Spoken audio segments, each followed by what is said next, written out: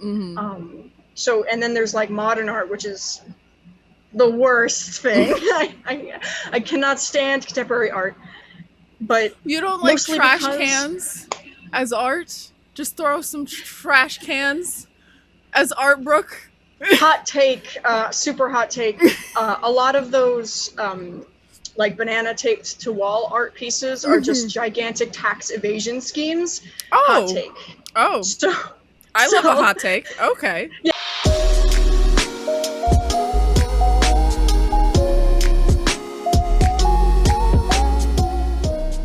Hi guys, I'm back for Liz Not Lizzie podcast, and I'm very excited for my continual guests, just all my guests that have been on my show.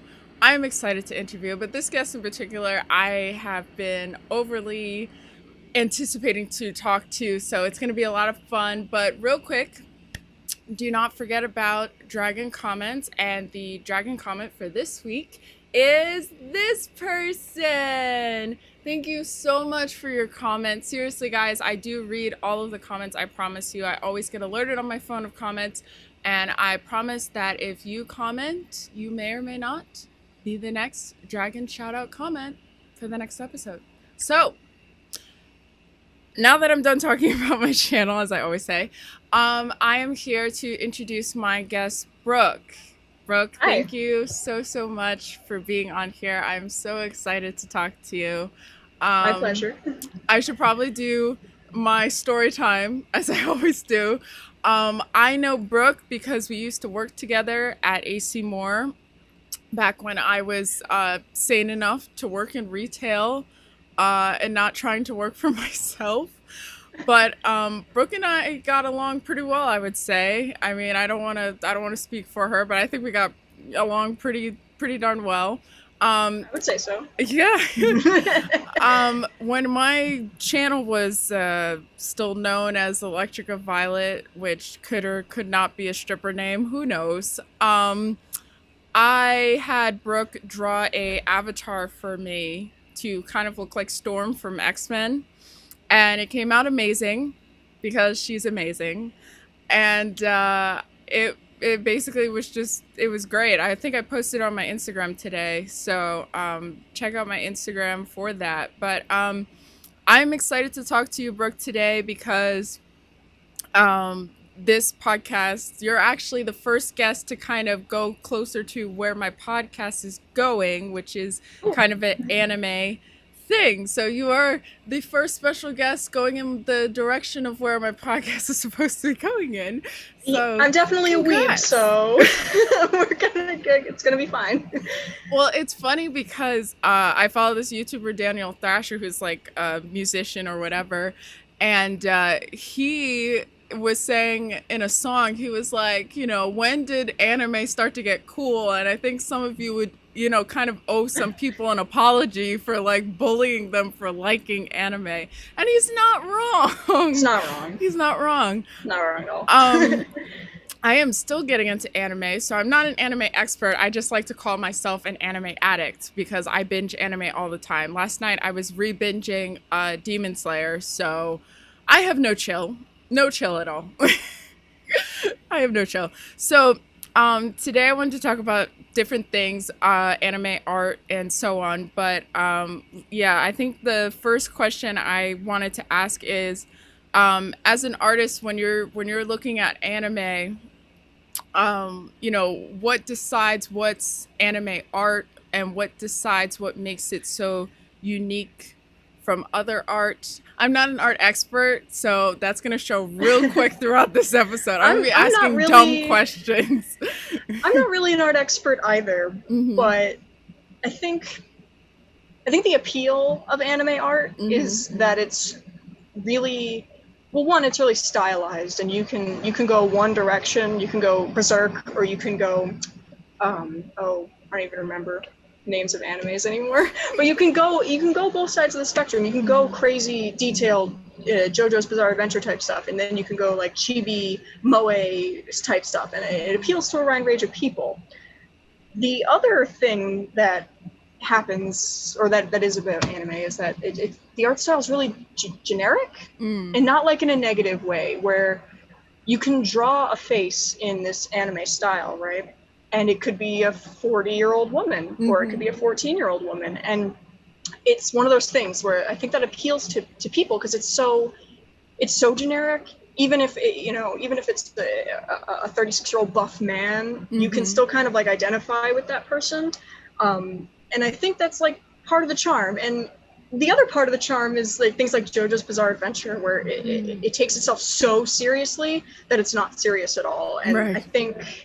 I think that's part of it, where it is. It's hammy. And people appreciate that because it's one of those things. You got to commit, and once you commit, it's really great. Right. Yeah, I definitely feel that there are patterns with some of anime, like the big eyes for some characters. But then other ones, they look more just like regular human eyes. So you can't even put anime art in a certain category. But at the same time, I agree with you that it's very simple, unless they're going for overly detailed. Right. It's one of those things, which is like super annoying to say, but when you see anime, you know it's anime. You know Right. what that is. And I think to kind of categorize it into not strict, but like strict boxes or rules, like these things are anime, it's not important. It's arbitrary. That there's with the resurgence of Avatar, a lot of people are arguing about whether or not it's anime. My opinion is it's not. My But it doesn't opinion matter. is it is. Oh no. Be like, oh no, let's fight. No, I'm kidding. No, but I think at the core of it, anime is cartoons from Japan, right? Right. And as far as I know, Avatar is an American-made show animated in Korea, if I remember correctly. Now, I wouldn't categorize it as anime, but I don't know if I could really bring up like a bullet point list as to why. Like, Right.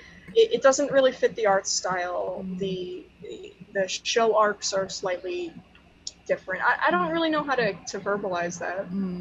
Yes, I feel like, and here begins my ignorance of art knowledge, but I'll just use Demon Slayer because that's what I watched recently. So I had I watched it purposely to have a basis of something to kind of say that, like, I noticed this, but I might just be an idiot, which is very much possible. But I'm also an idiot. So idiots all around. It's great. Join the party. Yeah, two idiots talking about anime. Right. It's great. So I noticed with Demon Slayer is that one, the art is beautiful, at least to me, and two, the line work was very thick in certain places, or just overall, I think. And so my question to you is, like, I don't even know how to ask this, but when it comes to the art style of anime, would you say that the line work is really what can help separate one series from the next? Because I feel like even with Attack on Titans that I rewatched recently, which I didn't realize how beautiful the artwork actually was, is that they also use thicker lines, but then other anime does not. So would you say maybe that's a good way of kind of categorizing a show?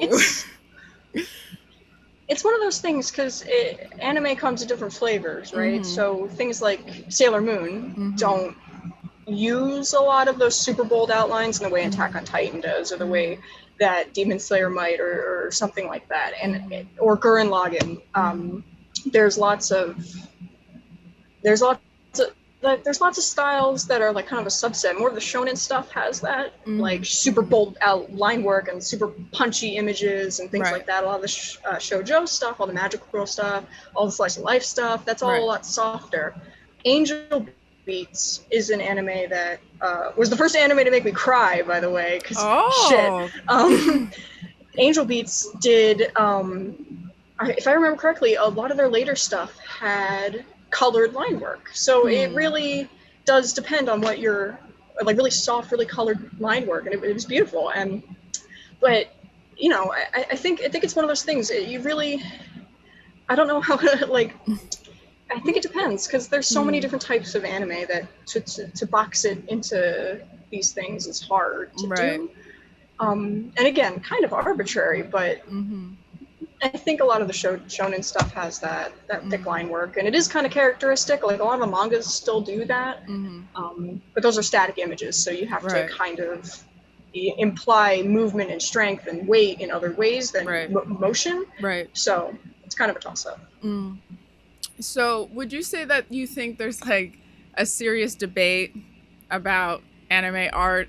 Because I think there probably is, because there's so many debates in the anime community, from shipping to artwork to voice acting to storytelling to all of this stuff, and I'm over here just like, I'm like the guy in the Vine where the two people are fighting in the restaurant. He's like, can I just get a waffle? Like, can I please just get a waffle? You know? No, there's debates like that in every genre or medium, and every interest, basically. You know, I could make up arguments about different art movements. I could make up arguments about, you know, there's so many things. But for the art style, I think it does play a big role, because personal experience, I will not watch One Piece. I think the art is disgusting. I think it's so ugly. I can't watch it. And I've had people be like, Brooke, it's so good, you gotta watch it, the story's great. I'm like, I can't get past it, because at the end of the day, the art of the show is what you see first. It's what you experience first, whether you see an ad, whether you see an AMV, if those still exist. I might be showing my age right now. Whether you know, anything, a commercial, a friend sends you a meme from the show, like that's the first thing you see. So I think that might be why it's kind of heavily debated, because you know, if I showed you a screen cap from JoJo's Bizarre Adventure, you might be like, I'm not interested in that. But even though the story's really great. So I think... Yeah, I agree with you. It's funny, I also could not watch One Piece, but not because of the art. I am vindicated. I can't take it. But it wasn't so much the art, although I can understand that. It was just the fact that it was such a long show. And, like... So it's Pokemon. Yeah, right. But also, like, if the story's not interesting enough for me to have to catch up over hundreds of episodes, I'm not gonna do it. It's different if it was like let's say, for example, I just hopped in on Attack on Titans. Like, I didn't watch season 1, 2, 3. I would still binge the crap out of that, because I'd be like, the story's too good. It's hype. I will watch it. I don't care. So, excuse me. So that's basically why I didn't watch One Piece, because I was like, You know... That's a characteristic thing of shonen anime, right? Like Naruto, Bleach, that they go on for forever. Oh my god, Bleach! Oh my god. One of my actual favorite anime ever is one of those 200 episode long slog shonen animes. It's called Hitman Reborn. The first 20 episodes are terrible. They are so bad, but then once, like, the actual plot hits the show, it's phenomenal.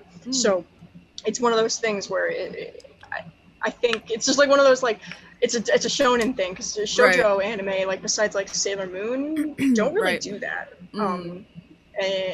Sailor Moon's really the only one I can think of right now that has kind of breached the 200 episode mark.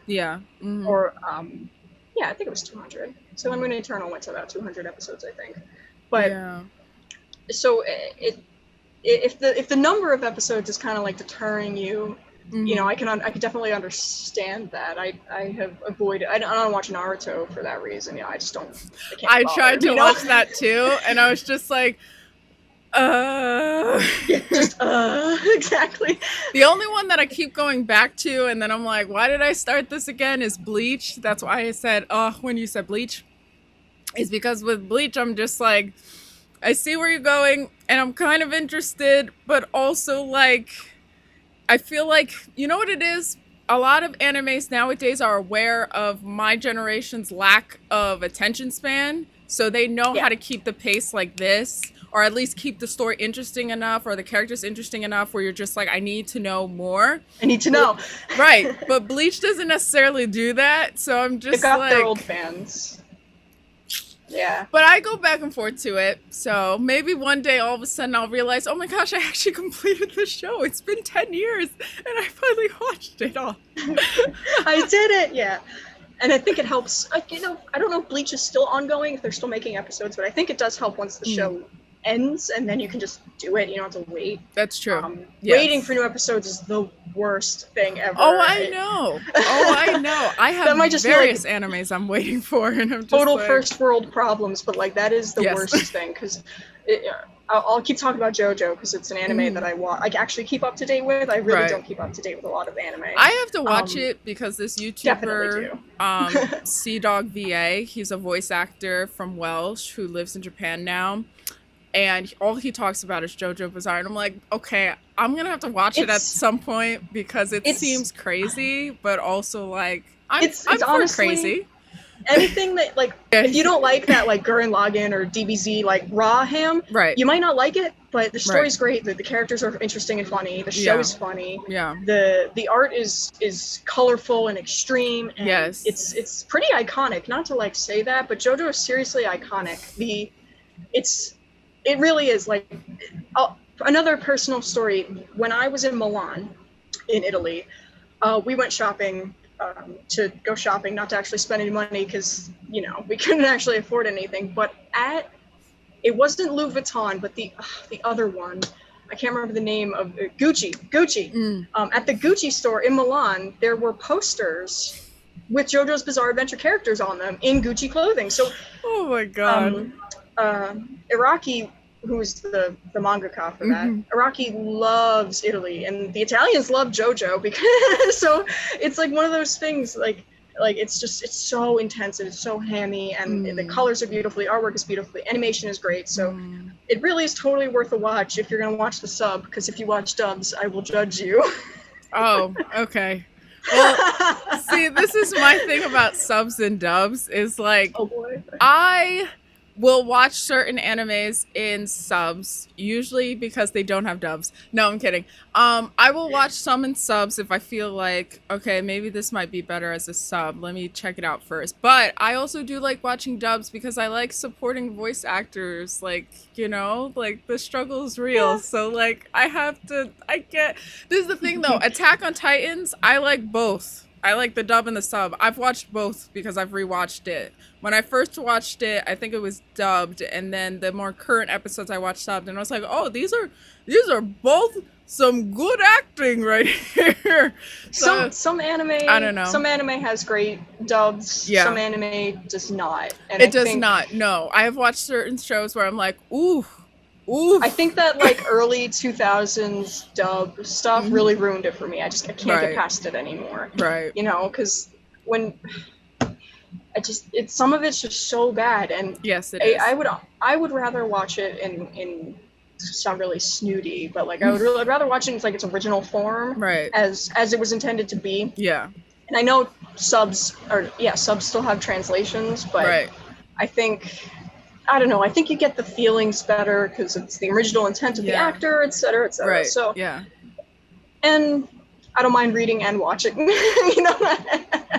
No, I agree with you. I think, like for example, I watched One Punch Man in. Punch Man's good. I watched both dubs and subs, but even though the dub was okay, I still like the sub better. I thought the Japanese voice actor did better. So I ended up deciding from now on I'll just do subs with One Punch. But then again, like I keep saying, Attack on Titan's voice actors for dubbing is just freaking phenomenal. There's this one scream that the actor for Armin does, and it is gut wrenching. like just gut wrenching. Like So yeah, but I agree with you. I think it is important though when you watch certain animes that you should give subs a chance if you're getting into it, because sometimes it is better, and overall that was originally how it was supposed to be intended anyway, and some of the translation will get lost with the English dub sometimes. Most of the time. Yeah.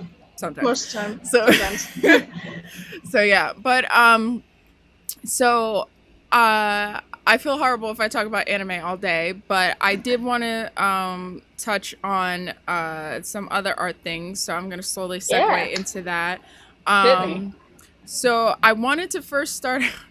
This is going to sound so obnoxious. And stupid. I swear I'm just going to sound stupid this whole episode. So I wanted to talk about a little bit of some hipster stuff because I like to still do some hipster stuff. So I think I texted you this, but some hipster stuff. Bob Ross is making a comeback. He Yes, is he making is. a comeback, baby. Yeah, Bob Ross. So I think the resurgence of Bob Ross is kind of like two or threefold, right? So Bob Ross is like there's so many aspects to it. The first aspect is like super ASMR godliness. Like you watch it and you're out, and it's really relaxing for a lot of people, even if they don't care what he's saying or they don't paint or they're not interested in painting. It's relaxing to watch him sit there and paint and listen to the brush and have him just be so calm, because when everything is like super shitty and terrible, Right. you need something to watch, to distract yourself, to Right. feel like you're understood even though you don't know this person. Yeah, even in the 80s, my mom, when she was my age or so, a little bit older maybe, she would fall asleep to him all the time. I mean, I used to when I was a kid, when it was on like PBS. My brother does. Yeah. And I think the other thing is kind of bouncing off of that, where he has such like not like a you can do it attitude, but like a genuine you can do this attitude, and I think that sits well with a lot of people, where he was a genuine person, and just it feels good to watch. Even, and some people just like watching the art, and some people like to follow along, and I think just being so genuinely wholesome in a time of, I don't want to say strife, but like in a time where your mental health might not be so good, or things just aren't great, or anything, it is nice to have just something that is no strings attached, genuinely wholesome, and something you can enjoy. Right. Yeah, I agree. I think his idealism and his encouragement and inspiration and just all of it, I think more of us should try to be like Bob Ross. Yeah. I love watching his videos because I love watching people do art, because I am not an artist. I mean, I could try to draw, but I'm not Brooke. So I feel that way too. So so I'm just like, I love watching it. Like I love him starting, and I love how he has the whole picture in his head, but he starts out little and then you start to see the picture that was in his head.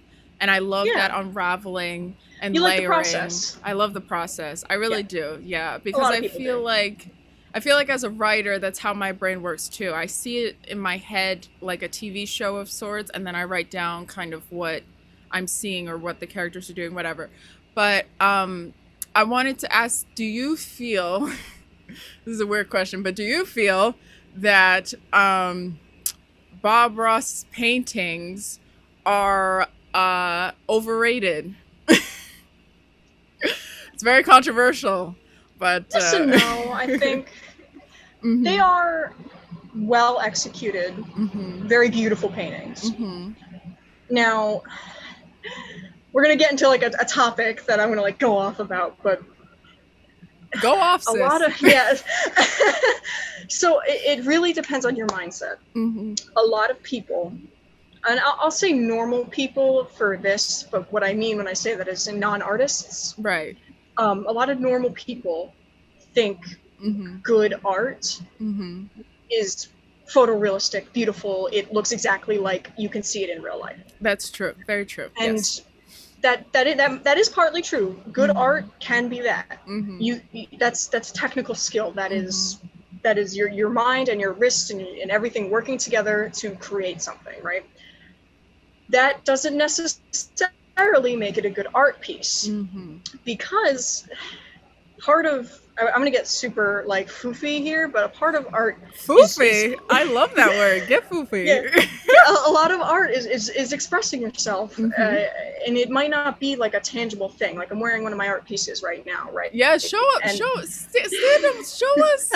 the art piece of Brooke. This is one of my Look art at pieces. Shameless plug. You can buy it on my Redbubble. I will have all her stuff in the bio, yeah, because link me. she is just, if I wasn't broke, I'd buy all her stuff, but I'm broke right now, so. But so a lot of like art pieces are like you Mhm. expressing yourself, right? And Mhm. where I was going with that is this is one of my art pieces. Mhm. Now, is this snake going through two hands a feeling you have normally? No, Right. and it's not like a concrete, tangible thing. But Or is you it know something that's when actually it realistic? Like, can a snake actually go through a hand? really. No, and that's part of it, right? It's the Mhm. idea, it's the concept. Right. It's now not all art has to have that like Mhm. deeper meaning because I hate that shit.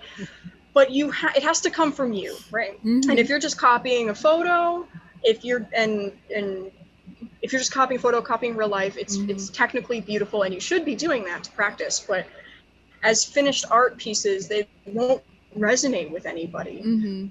And the reason is no one. I don't want a piece of like two apples in a bowl sitting on my wall. You know, it's not beautiful. It doesn't resonate with me.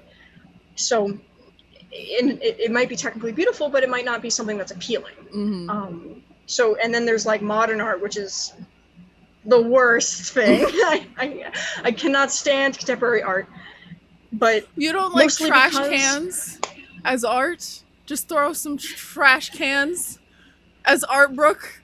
hot take, super hot take. A lot of those like banana taped to wall art pieces are just Mhm. gigantic tax evasion schemes. Hot Oh. take.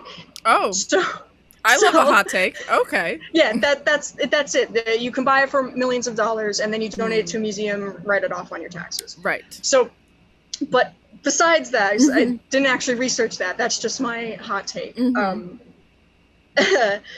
It doesn't resonate with anybody. That doesn't feel, not to put words in the artist's mouth, but like it doesn't feel like it comes from them. That just Mhm. feels like I taped it to a wall and it's arbitrary. It doesn't feel like they put any effort in, Right. and that's terrible to say Right. because, but really that's how it feels. And Mm. and it sounds like really foofy, but it really does have to come from you. And I what I love get that from, to word. bring it back to Bob Ross, Mhm. is his paintings do feel like they come from him, where he's like, this Mm. is my Yeah. world and this is what I'm showing you. Mhm. So yes, I think Bob Ross's art is beautiful, and no, I do not think it's overrated. It might be Mm. hyped because of memes and the internet now, because it wasn't a thing when he was producing those, not really. Mhm. Mhm. So it might be hype, and that might be why it feels like that. But my personal opinion is that Bob Ross's artwork is yes, very beautiful and does come from him, in my own words. Yeah, it's funny. I connected with what you said about the whole having a deeper meaning in art, because I feel like it's like that in many art forms. I feel like it's definitely that way when it comes to movies, because the more I've been studying movies and things, just because it's another form of me studying writing and stuff, I feel that there's this pretentious, like, it really hit like a peak of me realizing when the Joker movie came out, because people were like, this is just a super villain movie pretending to be an indie film, or it's just an indie film trying to be a superhero or whatever. And I'm like, can it just be a good Can film? it just be a movie? I'll get into another personal story here, Right, and go on ahead. the off chance that any of my college like peers are watching this, I'm Mm-hmm. sorry, but my college Mm-hmm. had a senior capstone class, and it was Mm-hmm. called Senior Studio, Mm-hmm. where you took all year, made art, and at the Mm-hmm. end of the year, it Mm-hmm. was in a show, and you had Mm-hmm. to defend it like a thesis, which was Mm-hmm. kind of a strange setup. Like, I don't have to like defend anything, but we'll get to that, right? Mm-hmm. So my initial project Mm-hmm. was a bunch of Art Nouveau women with Mm-hmm. skulls for faces and like all these flowers and Mm-hmm. stuff. And some of those pieces are still, you can still see them on my website. Like, that's not, I'm not ashamed of them. Some of them I really like still. Mm-hmm. But that was my first like half of the year. Mm-hmm. And then everyone, when we had weekly kind of like sessions where critiques, we had weekly critiques where we would talk to each other and get feedback and talk about our artwork. And so many times people are like, oh, Brooke, what does this mean? Or, oh, Brooke, what is this? Why this? What's this? And my answer was always because I wanted to. Right. And they would not accept that. For my thesis. I had to bullshit it because otherwise I was gonna fail. Right. And they would not accept that. And it was so strange to me because studying art, I was like, I'm gonna do what I like, because that's how I'm gonna get my artwork across, right? That's how I'm gonna be me in my artworks. I'm gonna do what I want. And I wish now I had defended myself by saying, no, it doesn't have to mean anything. It just has to be me, and that's enough. Right. And I just don't understand like where this came from. They were trying to like impose like some weird like feminist stuff on it. I'm like, no, man, it's just naked women. Like, come on, like it's just naked women. Like, can it just be that? Like, I like to paint, and I like drawing this, and I like drawing flowers, and I like drawing skulls, and I put them all together and made watercolors. Like, can it just be that? Right. Yeah, you know. And it was just so strange. I was like, it doesn't have to be like that. It doesn't like. And that's not to like diminish people who really do find deeper meaning in their artwork. That's not what I'm saying. Right. What I'm saying is people who don't include that kind of stuff, who are just doing what they want, just doing their thing, that's okay too. Right. And a lot of I just thought it was so strange. Like why don't you understand? Like, I'm just doing me. I'm just being me. And I agree. It ended up my final bit was basically a glorified sketchbook. And it was gigantic pages of a sketchbook, basically. And the only way I could defend it, I was sitting there going, this is me. And what I like about art is making it. And that's what I'm presenting to you. And they kind of accepted that. Like, so I had to like throw in a bunch of like froofy words like, oh, the pen is, but that's how I kind of like passed college, you know. But it was so strange. Yeah, I feel like that it's like that with film, because like people are just like, if the like, for example, people were upset because Christopher Nolan in Interstellar kind of said the theme of the movie instead of people interpreting the theme. And it's like, I mean, I get that, you know, most of the time you want to show, don't tell, but at the end of the day, like, movies shouldn't be so complicated and so deep that you have no idea what the hell you just watched. Like, you're just there's a time and place for that. Is this? And there is a time and place for that. But I feel like majority of people who go to see films or go to see art or go to read a book or whatever, like they're just looking to escape and maybe get a few messages along the way. But it's like, well, when you say go to see art, what do you mean? You know, do you mean scroll through Instagram? Do you mean go to the museum? Because those are two separate things. Well, I would probably say more. Well, this makes I didn't mean to like drop that on you. No. This makes me sound like an old soul, but I mean go see art like in a museum, like actually go to an art gallery. Not, why did I say museum? I meant art gallery. I'm sorry. Museum works. Go to an art gallery and go look at art and just let it take you wherever it takes you. And, you know, it doesn't have to be like, I'm coming here because I need to discover my identity and the meaning of the stars and everything like that. Does that... Not all art was meant for that. You know what I'm saying? Like, and art is subjective. Plain and simple. So even if there was a meaning, you may not get it. So it's like... When I was... I studied abroad in Italy. When I was there in Florence. That's when I was at Milan. But I was studying in Florence. And me and my sister went to the Uffizi.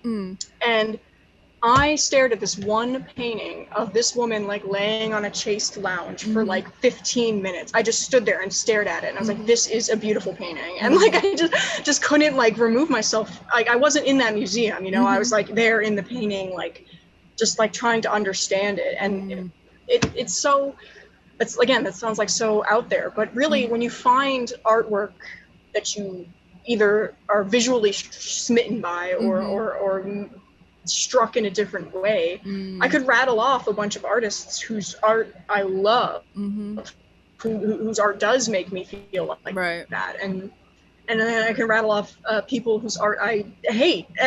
So, and who like make me want to punch the canvas and make me upset, and but that's okay. Like a lot of art is to make you feel something, whether it's Right. I want to stab a hole through this painting, or Mhm. I want to buy this painting and frame it, hang in my room and look at it forever. There's Right. the point of art is to make you feel something, Yeah. good or bad or neutral. Right. Neutral's a feeling. So Yeah. I mean, Mm. I could go off about artists I hate. I could tell. You were like, you know what? Let me save this for another day because I Oh, can't yeah. take it. But that is fabulous. So I wanted to ask you some more dumb questions. Go ahead. So for people that are getting into art, because as you know, because I reached out to you, I'm working on a webcomic with my friend, and hopefully I'll be able to also collaborate with you on this to make the cover art or whatever. So that's exciting. But you know, it was funny because B was the artist, my friend. We go by nicknames. I'm Evie, she's B. She was saying how you know, she felt like webtoons was so elite, like there's only the best of the artists. And I was Yeah. like, well, that's only true for originals, but I think with Canvas basically you just have a wide spectrum of artists. And I've subscribed to artists that some people would say their art is horrible, but I think it's beautiful. So it's like, it really, I don't think so. But my what I'm trying to get to is, my question is, for people who are trying to do art, whether for a comic or just for themselves, for a business, for whatever, what would be your advice to them? Would it be to learn to master anatomy? Would it be to just draw? Would it be, what would it be? It depends on what they're doing, which is a non-answer. But we'll take comics for example. If you want to do comic art, make comic art. Do art in that style. Make your own comics. It doesn't have to be a long-running series. It could be the short comics like Odds One Out does. It can be something short. Make stuff in that style, and people will find you. Now, that makes it sound really simple and like, oh, they'll just come to you. They won't. You have to put yourself out there. But if I'm looking to hire an artist, I don't know why I would, but if I'm looking to hire an artist, I will look at their art first, and if I don't like it, then I don't like it, and that's okay. And if I like it, I'll talk to them. So make as much art as you possibly can, because not all of it's going to be good. So you have to make a lot of it, and go into it knowing not a lot of it's going to be good, and go into it knowing you're doing this to meet a goal, but don't kid yourself saying the galleries will find me. They won't. So you know, you have to, it's like a balancing thing. Like you have to put in the work, but you also can't kid yourself thinking you're gonna get found. No one gets found. That's you have right. to put the effort in. That's right. And so would you, I'll just go the comic route because it's just the easiest direction to go in. Yeah, it's easy. It's funny because Kevin was like, no, plug in your comic. And I'm like, yeah, but I don't like promoting myself. It's weird. You have to. You have to. So going like a comic route, for example, if someone wanted to get into that and they had no experience in art, where should they go first? I would think they would have to study anatomy to an extent to understand the basics of making a face and a body and things like that. Yeah. I mean, if you have no, I'll say artistic training or artistic skills or talents or whatever you want to call it, if you can't even hold a pencil, you probably should reach out to artists and ask them to do the work for you. But if you yourself want to get into making that kind of stuff, you got to start somewhere, and you know, draw from life. It sucks, it's boring, and it takes forever, but it will help your skill. You have to do this. This kind of ties into like the anime thing, but a lot of people, myself included, start drawing because of anime. So they start drawing in the anime style, and it really messes them up later when they try friggin' Sailor Moon ass shit right here. So it is, you have to, if you want to start drawing and you want to start going to manga style, you have to start with real people. And that's going to sound hypocritical because I just said I started with anime, but Right. you have to, because it really messes you up later, and you will understand that later. Like if you draw from life, you'll get the basics, and then you can reduce down, because that's what anime and comics and stuff is. It's people, it's real life reduced down to a digestible, easily reproducible form. Right. Yeah. So my next question, I guess, would be is how do people find their style? Which Oh God, shoot me. wait, because I always find this question funny from a writer's perspective, because I think writers ask the question, how do you find your voice? And I feel like finding your style is very similar, which is you start out doing what you know, basically copying someone, sort of. But even when you kind of copy them, you're already starting to do your version of that, which means you're already starting to find your style. And then you kind of just start creating what comes naturally. And that kind of does become your style, because I feel like with writing, it's the same way. You start out with authors you like and how they write, whether it's their prose or the characters, whatever. And then from there, you come up with your own stories and you start writing the way you want the story to be told. And that's how you find your voice. Would you say it's kind of like that with artists when they're trying to find their style? Or would you say there's totally different advice for that? That's pretty accurate, because a lot of stuff, because I watch a lot of art YouTubers, and a lot of people who comment are young kids on how do I find my style. Right. Your style comes from you. So do what comes naturally to you. If I suck at drawing men. I don't enjoy drawing men, and I'm not that great at it. So I don't like. It's one of the, like. It's like a complicated problem, because you don't want to like hinder yourself by never doing stuff you don't like. But if you force yourself constantly to do stuff you hate, like drawing buildings, for example, if you don't like drawing buildings and all you do is draw buildings, you're gonna hate it, and you're not gonna keep going. So push yourself out of your comfort zone. Absolutely, try new things, but your style comes from you. So the ideas that are in your head, and you put them down on paper, that's you. That's your style. Now, if you're copying, if you're doing master studies or drawing from life, that's still you. It's still interpretations of you, because you can do a still life in pen and ink. You can do a still life in graphite. You can do a still life in charcoal. So each medium will have its own expression, and you yourself will have your own expression through that. When I was in like drawing class, I could pretty much tell who drew what, even though we all drew the same thing. So, it really does come from you, which is like the most non-answer there is. And my advice, again, it's going to be the same advice as last time, is draw a lot. You have to draw a lot, because if you don't, one, it'll never happen, and two, you have to understand yourself, and that not in like a deep philosophical way, but you have to like understand yourself. Like, what do I like drawing? What comes naturally to me? What ideas do I produce, and how do I expand on them? That's kind of a non-answer. No, I think that's a great answer. I think that's great advice for anybody who wants to be an artist or is an artist but is still struggling to kind of grow or maneuver through what it means to be an artist or anything like that. I have come to really appreciate artists getting into this whole webcomic thing, and how much time and energy and headache that comes with drawing anything.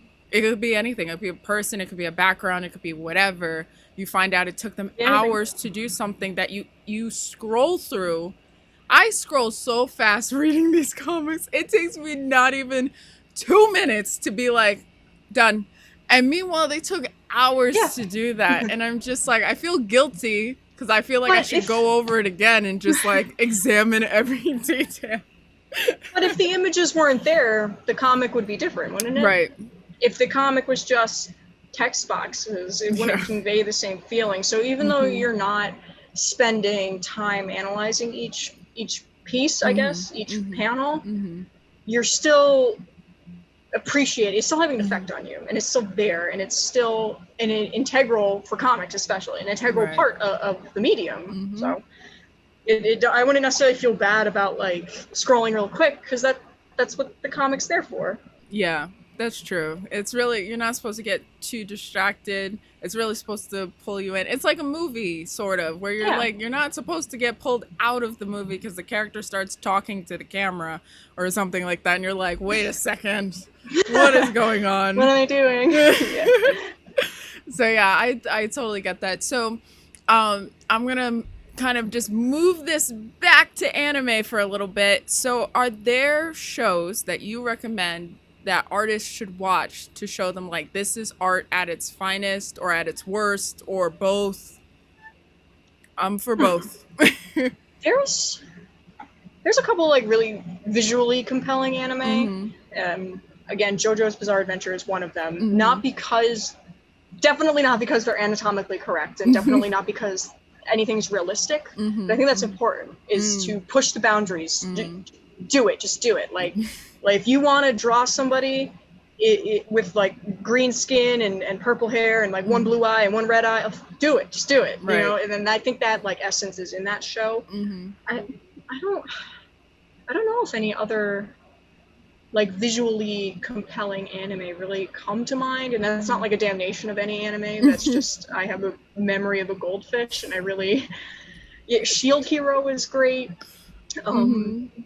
Oh, the Rise of Shield Hero that came out Shield recently. Hero's Yeah, great. I watched that. It was good. Yeah. It was good art. Attack on Titan has some really compelling visuals. I love that show. I will die for that show. I'm sorry. I just especially I'll even plug like Sailor Moon. Sailor Moon has like that classic 90s anime like vibe. Konosuba has like that like bright, colorful slice of life anime vibe. So I think we're just trying to like think of like any other like beautiful or compelling anime that I really kind of. Are there any ones that you would not suggest? One Piece. Damn it. Sorry, I can't. I just there we go. Get over it. It's so. Ugh. Oh my god. It's not even like Soul Eater like weird, because what was that? Yeah, Soul Eater. Yeah, Soul Eater. That had like a weird noodle anime. Yeah. That had like a weird noodle anime thing, but it was charming because it was like cute and fun. Yeah, no, it was charming. Yeah. One Piece just feels like, just like I can't. Like that's all I can describe it as. This is really just. It's not. I look at it and I'm like, what is this? What's it? I don't. Maybe it's just me. And if somebody finds that art compelling or beautiful or however they like it, then that's cool, and they should watch that anime. That's not like a condemnation of them. That's just me being a snob about it. They'll like fully admit that I'm being a snob about it. Right. So let me ask this. So if I can't watch anime on Hulu, because I don't have Netflix right now because my family's trying to keep a budget, and I get it. Although I'm sad because I can't watch Castlevania, but it's fine. I'm fine. Oh, Castlevania's great. But anyway, so I just watch it on Hulu at the moment, but I also watch it on Crunchyroll, for free because we don't have money like that. And so it's just this whole episode saying I'm broke. They give awards and things for 2019, 2020. I don't think they did that one yet, though. I think it's at the end of the year. But anyway, they did one for like best art, best overall anime, best girl, best protagonist, best antagonist, whatever. Thanks to them, actually, I was able to watch a show that I'm in love with now, The Promised Neverland, because they gave the award of best antagonist to Isabella, and oh my god, she was terrifying. So that was right on. So they gave best anime obviously to Demon Slayer for overall, which for the most part I kind of agree with. I disagree on a few parts, but I mostly agree with. So for best artwork, they gave it to Mob Psycho. And I had not watched Mob Psycho either, so I binged that.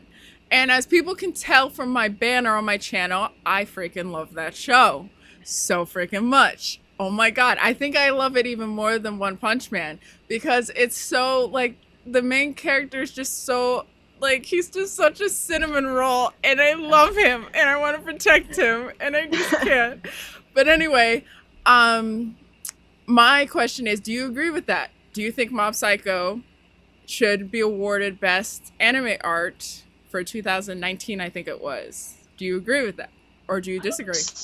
I saw a couple of episodes of Mob Psycho, and I think I'm gonna have to agree, only because they own it. They own it. They know what they have, which is ridiculous, cartoony, and they own it, and you gotta respect it. And so I think I would agree with that. And that's also kind of stemming from I have seen Mob Psycho, like a couple episodes, and I haven't really seen a lot of recent anime. Like I haven't seen Demon Slayer or anything, so I really can't like stay to that one way or the other. So, but I think I'm gonna go with agree. Okay.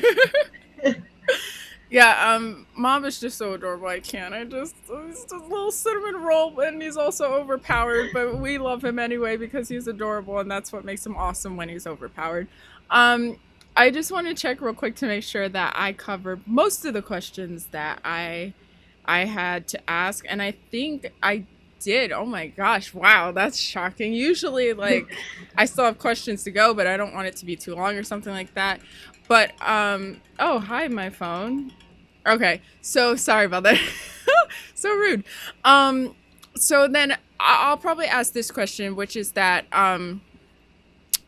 do you feel that your specific art, do you feel that it is unique and there's a certain niche that you have to it? Because I thought of you immediately when working on a Silent Adventure because it was kind of dark and gritty, and that's kind of ish your art, and so I was just like, let me talk to Brooke. So how do you feel how people might portray your art? How do you want them to portray your art? Like, yeah. You know, I would like to think so, right? You know, I would like to think that my art fits into the aesthetic that I want it to fit in. Because you know, I'm down with that, like grim and macabre, and so I would really like to think that it does. And it's one of the. It's kind of hard to tell because I've done happy. I've done like bright and colorful pieces for people, and I've done like dark and gritty and like weird pieces also. So I think, you know, I would like to think that it does fit in that. And I don't know.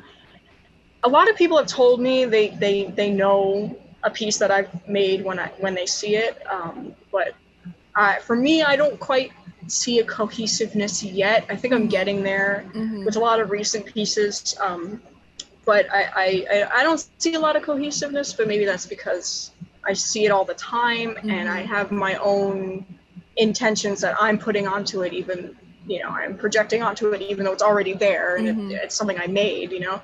But I think I'm kind of clouded by my own, you know, not judgment, but like my own judgment of the piece. So I think I'm getting there, and which is a great feeling because I'm like, oh, I want to make more art, you know. So, especially with this hands piece and a couple of like recent pieces that I did that have like the text at the bottom. I really kind of feel that piece, like I get it, like that's me, that's what I want to make, and and it was such a great feeling to like make that and be like, damn, I love that. Like, so that was like a great feeling to just like sit there and look at it and be like, shit, I made that. That's awesome. So, so I think I'm getting there, and it takes a lot of time. You know, you're gonna make a lot of art, and not all of it's gonna be good, and you have to accept that.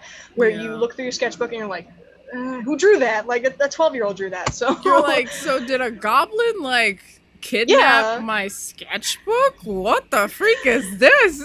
Yeah, but that's okay because you have to get it out there, and if the art is bad to Mhm. you, you know, Mhm. if you perceive your art to be bad, one, some asshole is gonna like it, and two, you can just not show anybody. Right.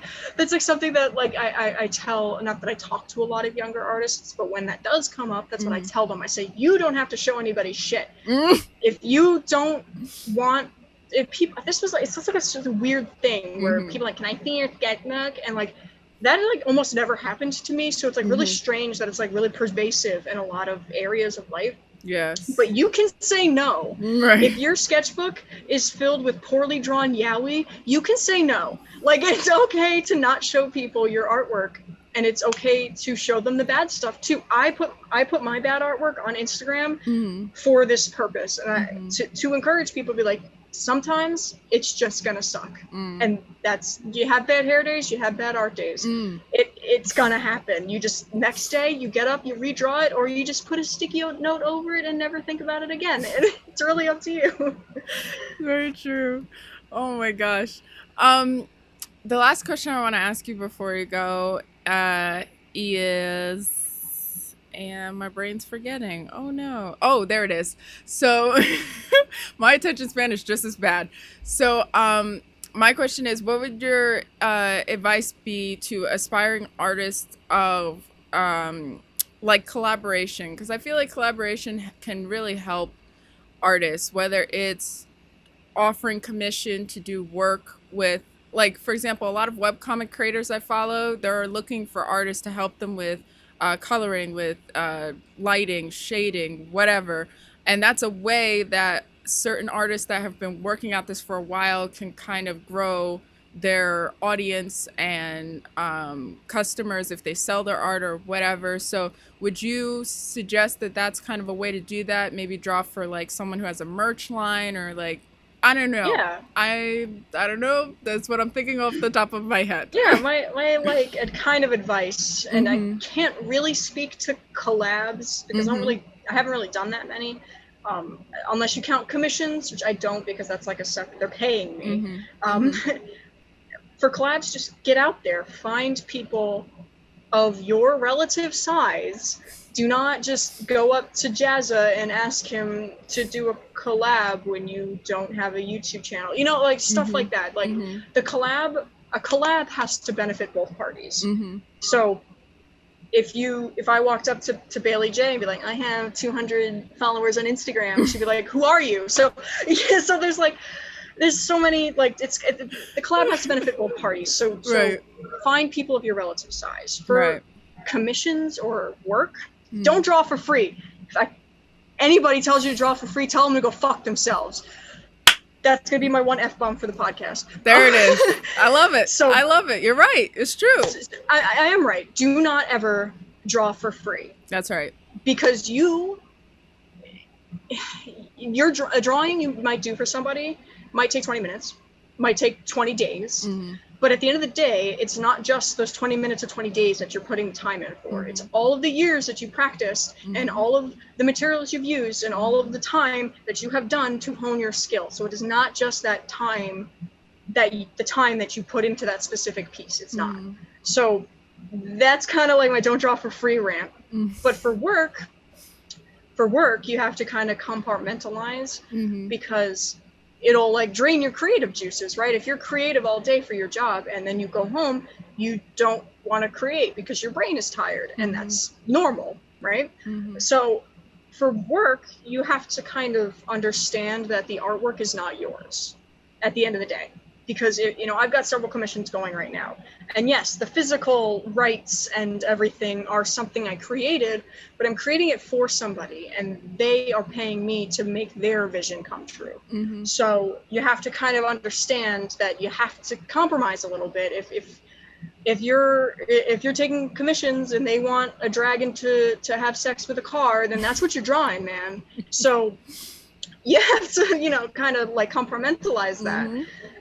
But I think it is a good way to kind of get out there, Mhm. because if you do commissions for people, they're going to show their friends, Mhm. and their friends might come to you. Mhm. And I'm making this all sound so easy, as if I haven't only done commissions for people I know, but but that is kind of like the chain, right? Mhm.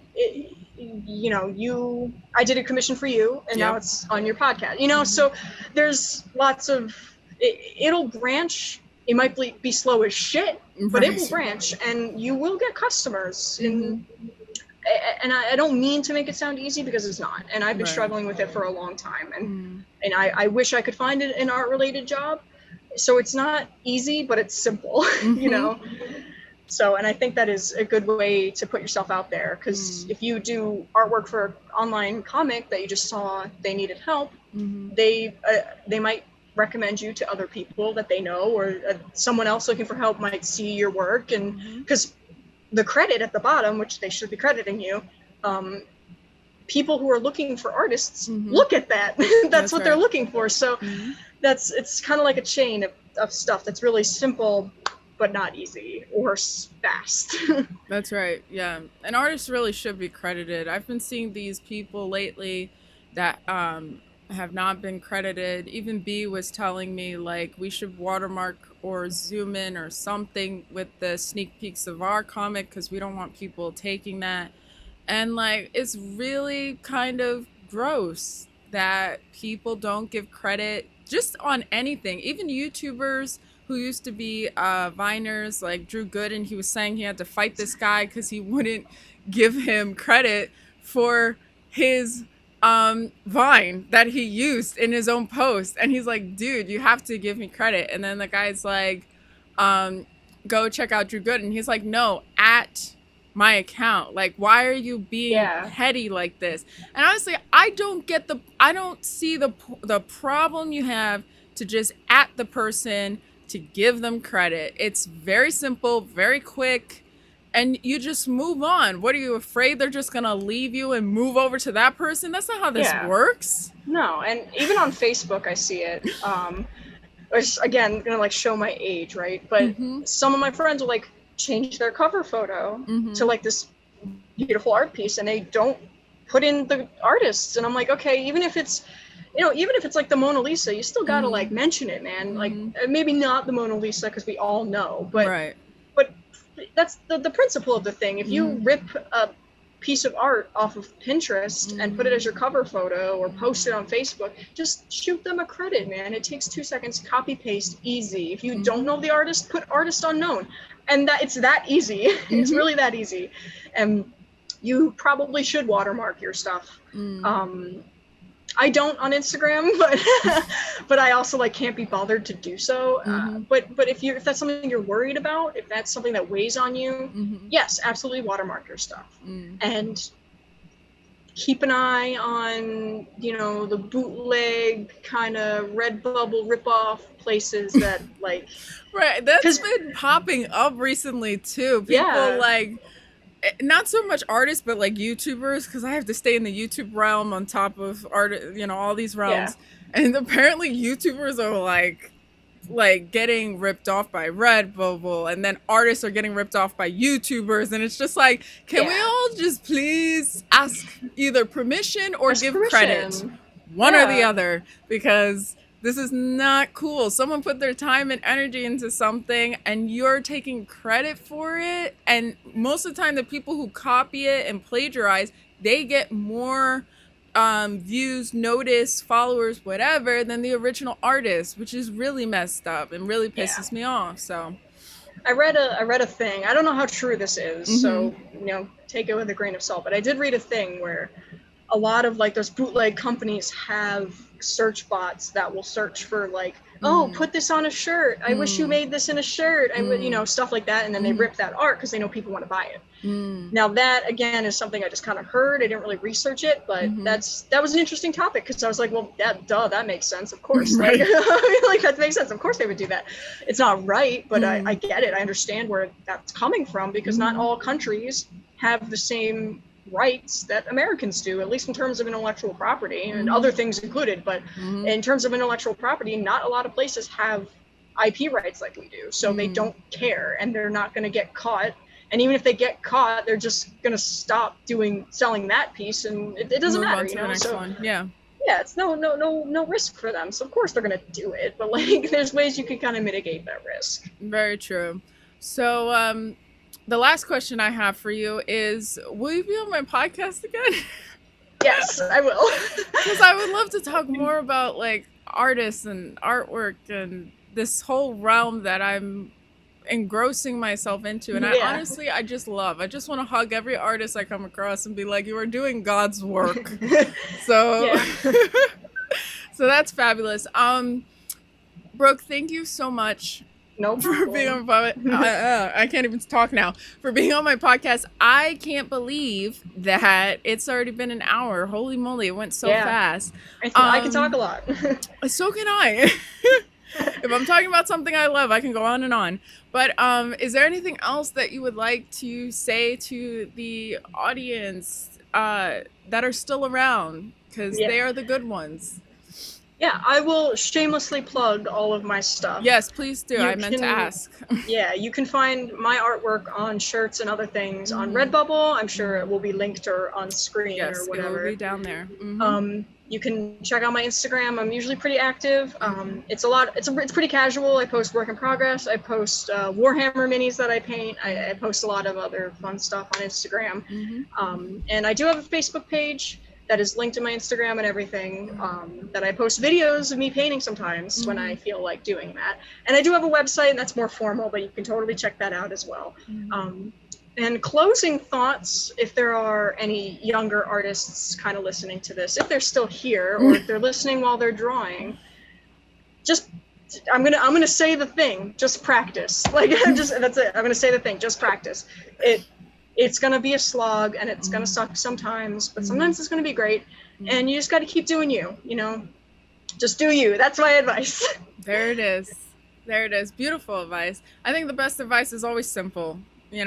Just practice. People are like, you have to follow me and take these courses and yada yada yada, and it's like, I mean, if you want to be like maybe an expert in the field or something like that, but if anything that I think you do when it comes to art, you start out doing it because you just love to do it and it's fun. So like, don't focus on the minutia of like having to have everything perfect or a certain whatever. I don't know. My brain is just I know what you mean. You got to keep it you. Don't get caught up. Just do it. Yeah, don't get caught up in the fanciness of like having to do it based on the guidelines, blah blah blah. Just draw and just write and just create and just and just watch anime, because absolutely watch anime. Apparently now it's cool for everybody. So like, okay, whatever. Unbelievable. Well, anyway, thank you, Brooke, so much for being on our podcast. And no problem. I said I meant my brain is just our podcast now. Oh my God. Yes, it's our podcast now, the Weebs podcast. Yeah, Weebs. But thank you so much for being on here, and thank you guys so much for watching, and don't forget to subscribe and share with someone, and until next time, bye.